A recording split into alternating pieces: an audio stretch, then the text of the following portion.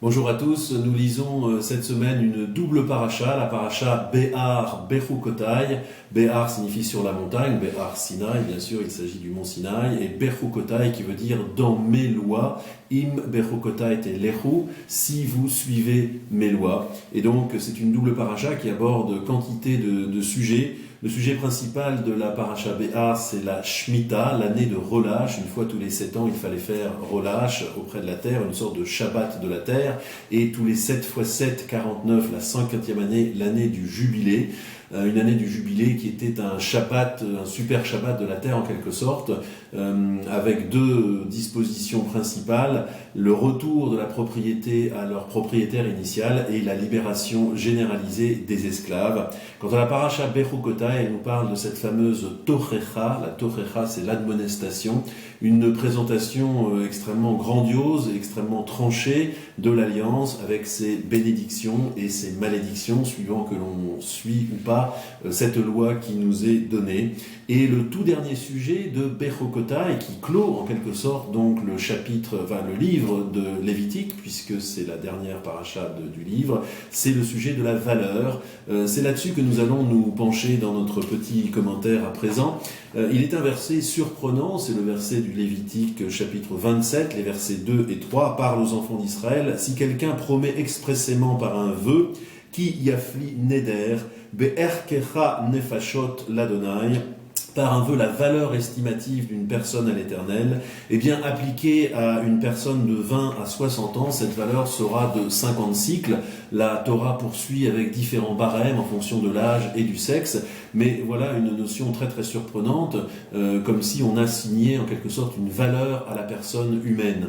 Alors il nous faut d'entrée de jeu signaler qu'il ne s'agit effectivement pas d'une vente, ni même d'une vente d'esclaves, mais d'une possibilité donnée au temps du temple de consacrer une certaine somme d'argent au temple et de le faire par un vœu qui portait donc sur une personne, une sorte de transfert symbolique de valeur. Toujours est-il que ces versets bien étranges, nous aurons à le préciser par la suite, nous donnent l'occasion de réfléchir justement à ce qu'est une valeur selon la Bible et peut-être pour mieux la comprendre, faire un petit détour par ce qu'est une valeur aujourd'hui dans notre société, une société qui repose beaucoup sur l'économie. Tous les jours, on parle d'économie.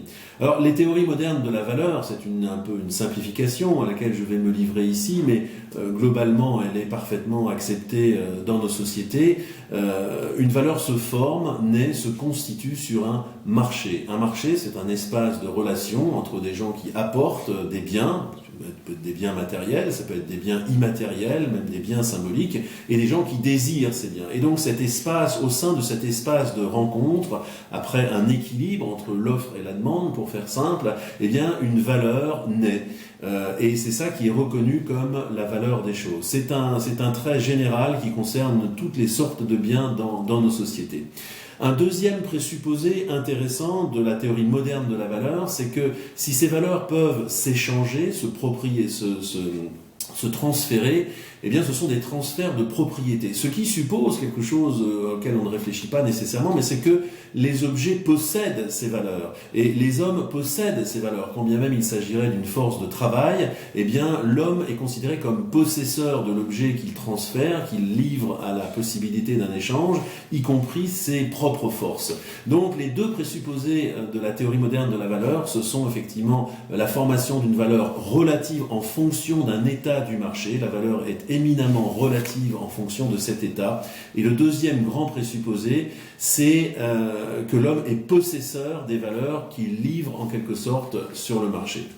Une troisième réflexion, pour aller plus loin sur ce que représente cette notion de valeur, peut-être introduire ici un sociologue, un penseur que j'aime beaucoup, qui s'appelle Zygmunt Bauman. Zygmunt Bauman est polonais, il est né en 1925, sa famille n'a pas été épargnée par la Shoah, lui-même a pu fuir en 1939 la Pologne.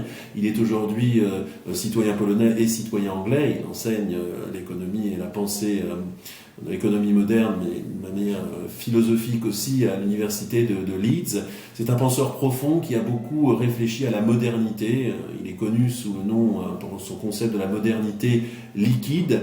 Je n'ai pas le temps, bien sûr, de résumer toute son œuvre, mais il a une réflexion sur la valeur tout à fait intéressante qui nous aidera à comprendre cette valeur biblique.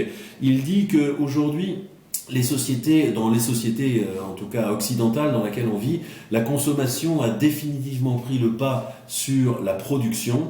Et ce n'est pas seulement un fait économique, mais c'est une valeur, justement, cette valeur de consommation, à tel point que l'homme se définit, se construit aussi à travers ses actes de consommation. La consommation est en quelque sorte un paradigme général, voire philosophique, dans lequel nous nous moulons et dans lequel nous concevons le monde. Ce n'est pas, encore une fois, un simple fait externe qui décrit l'économie, c'est une véritable valeur philosophique que nous avons même intégrée en nous-mêmes. Et l'impact qu'a cette philosophie sur les valeurs, c'est que, justement, nous sommes livrés par l'héritage des valeurs, des normes qui nous sont livrées du fond des âges, mais elles ne sont plus ou de moins en moins reconnues comme telles. Nous avons de plus en plus de mal à reconnaître une norme, une valeur pour ce qu'elle est, à savoir quelque chose de fixe, parce que justement, immédiatement intégrée dans cette vision, dans cette pensée du marché, eh bien, tout de suite, elle est négociable. Elle devient négociable, elle devient un bien elle-même soumis à l'état du marché. Et à peine une valeur a-t-elle fait son apparition dans notre horizon mental que nous commençons déjà à la négocier en fonction des différents liens relationnels qui peuvent s'établir dans une société.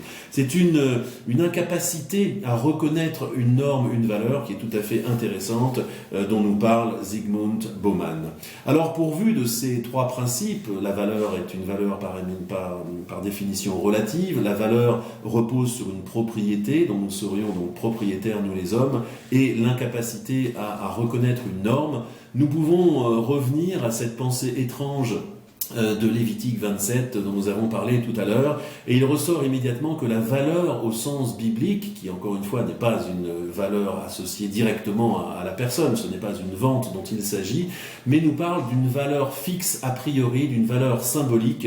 Elle dit « Erer nefashot », la valeur de l'âme. C'est une valeur arbitraire, et qui veut dire une chose, c'est que cette valeur associée à un homme n'est absolument pas dépendante en quoi que ce soit, justement, de quelque chose que l'homme posséderait.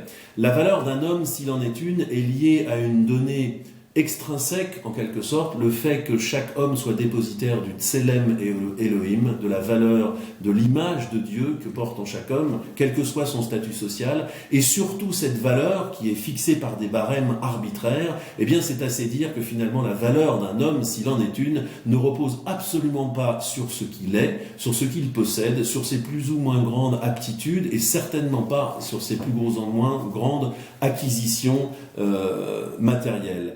L'homme, en fait, n'est possesseur de rien. C'est aussi la grande leçon du Jubilé qui nous dit « Nulle terre ne sera aliénée irrévocablement, car la terre est à moi, car vous n'êtes que des étrangers domiciliés chez moi. » Dans la mesure où l'homme n'est possesseur de rien, eh bien justement, l'homme ne peut pas être établi, estimé selon la valeur de ses biens, et c'est finalement une grande leçon de liberté que cette notion de la valeur. Il y a ce verset vers 25-23 qui guérim vetoshavim atem, il m'a dit, car vous êtes des étrangers et vous habitez des habitants sur ma terre.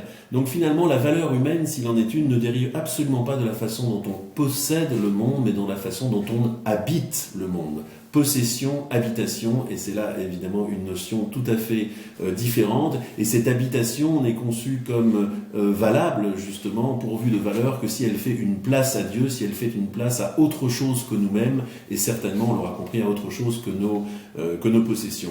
Alors voici la valeur de la Bible, finalement ce n'est pas une valeur relative, c'est une valeur absolue. Tout homme est pourvu d'une valeur absolue qui vient absolument pas de ses possessions, ni même de ses capacités, ni de ses aptitudes, mais du fait qu'il ait une Tselem Elohim, une image de Dieu en lui.